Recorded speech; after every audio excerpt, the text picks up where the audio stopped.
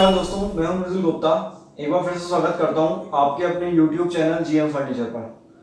दोस्तों, बहुत सारे लोगों का मन में ये डाउट रहता है कि जो हम अगर मॉड्यूलर किचन बनवाएंगे यानी कि फैक्ट्री मेड किचन बनवाएंगे और या फिर हम किचन अपने कारपेंटर को हायर करके बनवाएंगे तो दोनों की कॉस्टिंग में कितना अंतर आएगा।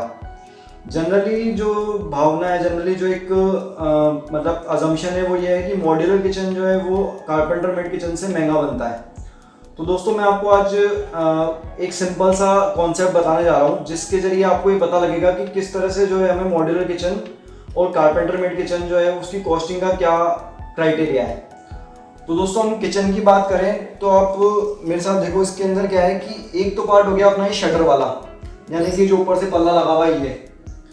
दूसरा पार्ट हो गया दोस्तों जो इसके अंदर हार्डवेयर फिक्स है, यानी कि ये मान लीजिए आप रोड सिस्टम है, या फिर ये हमारा हैंडल लगा हुआ है, या फिर इसमें आप देखो तो ये कब्जा लगा हुआ है ना, या फिर इधर की साइड आप देखो तो ये वायर बास्केट लगी हुई है या टेलीस्कोपिक चैनल लगी हुई है, यानी कि हार्डवेयर पार्ट हो गया।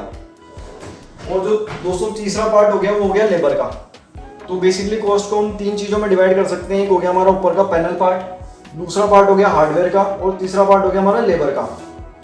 अब अगर अपन कॉस्टिंग की बात करें तो जब हम मॉड्यूलर फर्नीचर के ऊपर जाते हैं यानी कि फैक्ट्री मेड वाले कॉन्सेप्ट पे जाते हैं तो उसमें क्या होता है, ये जो पैनल है ये कंपनी से फैक्ट्री से बन के आता है। ये वाला जो पैनल पार्ट है ये फैक्ट्री से बन के आता है। और कारपेंटर मेड में क्या होता है, ये पैनल जो है वो कारपेंटर आपके साइड पे तैयार करता है। साइड पे तैयार करने के लिए वो क्या है, प्लाई काम में लेगा, पहले उसके ऊपर माइका लगाएगा दोनों साइड में, फिर वहाँ पे चारों तरफ अगर लगाना है तो रिप लगाएगा, एज बेंडिंग टेप लगाएगा, एब्रो टेप लगाएगा, कीलें लगेगी।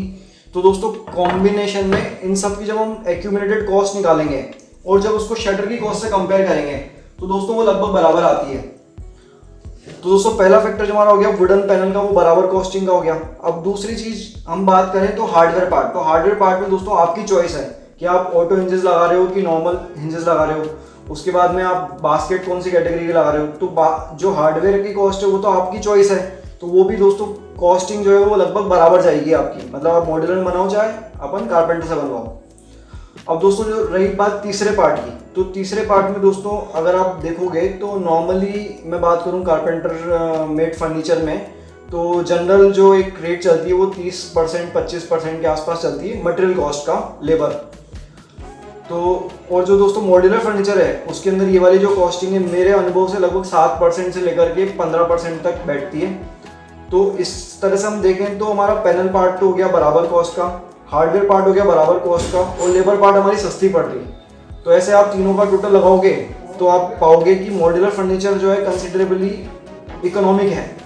लेकिन होता क्या है कि मॉड्यूलर फर्नीचर का क्योंकि बजट एक साथ निकलता है, मतलब फर्स्ट में ही आपको बजट मिल जाता है उसका ड्राइंग के अकॉर्डिंग, और हमें सब चीज़ें पहले से ही पता लग जाती है, इसलिए वो बजट देखने में पहली बार में बहुत ज़्यादा लगता है, जबकि ऐसा होता नहीं है। मैंने कई सारा बारी एक्सपीरियंस किया है कि जब हम किचन मॉड्यूलर में नहीं बनवा के वैसे बनवाते हैं तो वो धीरे धीरे एक बार सबसे पहले जो है प्लाई वगैरह चली जाएगी, उसके बाद फिर माइका जाएगी, तो उसका कॉस्ट जो है हमें पता नहीं लगता, वो धीरे धीरे बढ़ता है। जबकि मॉड्यूलर में क्या एक बार में पता लगता है तो कॉस्ट हमें ज़्यादा दिखता है। ये सिर्फ नज़रिए का फ़र्क है। बाकी अगर आप कॉस्टिंग देखोगे तो दोनों के अंदर सेम क्वालिटी का माल बनाने में सेम रेट लगेगी।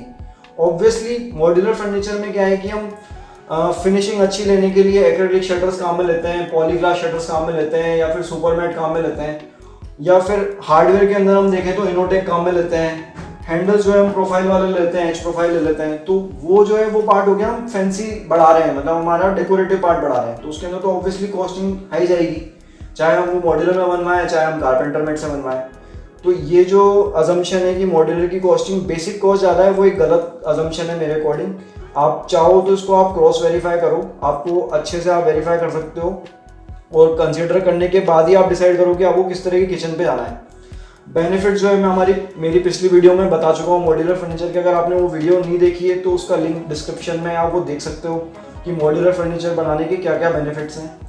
मैं जो है वो ये नहीं कह रहा कि कारपेंटर मेड फर्नीचर अच्छा नहीं होता या बुरा होता है, लेकिन आज के टाइम में जब हमें स्पीडी वर्क चाहिए, हम ये नहीं चाहते कि हमारे घर पे काफ़ी टाइम तक काम चलता रहे, जहाँ हम रह रहे हैं उसी जगह पे डस्ट होती रहे, ऐसे में जो है मॉड्यूलर फर्नीचर एक बहुत बेहतरीन कॉन्सेप्ट है और काफ़ी प्रभावशाली कॉन्सेप्ट है। रही बात कॉस्टिंग की, तो मैंने आज आपको क्लियर कर दिया कि इस तरह से कॉस्टिंग लगभग बराबर बैठती है। तो दोस्तों मेरे को उम्मीद है आपका जो कॉस्टिंग वाला डाउट था कई लोगों का वो क्लियर हो गया होगा। और इसके अलावा कोई भी अगर आपके दिमाग में डाउट है मॉड्यूलर फर्नीचर को लेकर के तो मेरे को कमेंट करके जरूर बताएं। वीडियो अच्छी लगी तो शेयर करें और देखते रहें GM modular furniture. Thank you दोस्तों।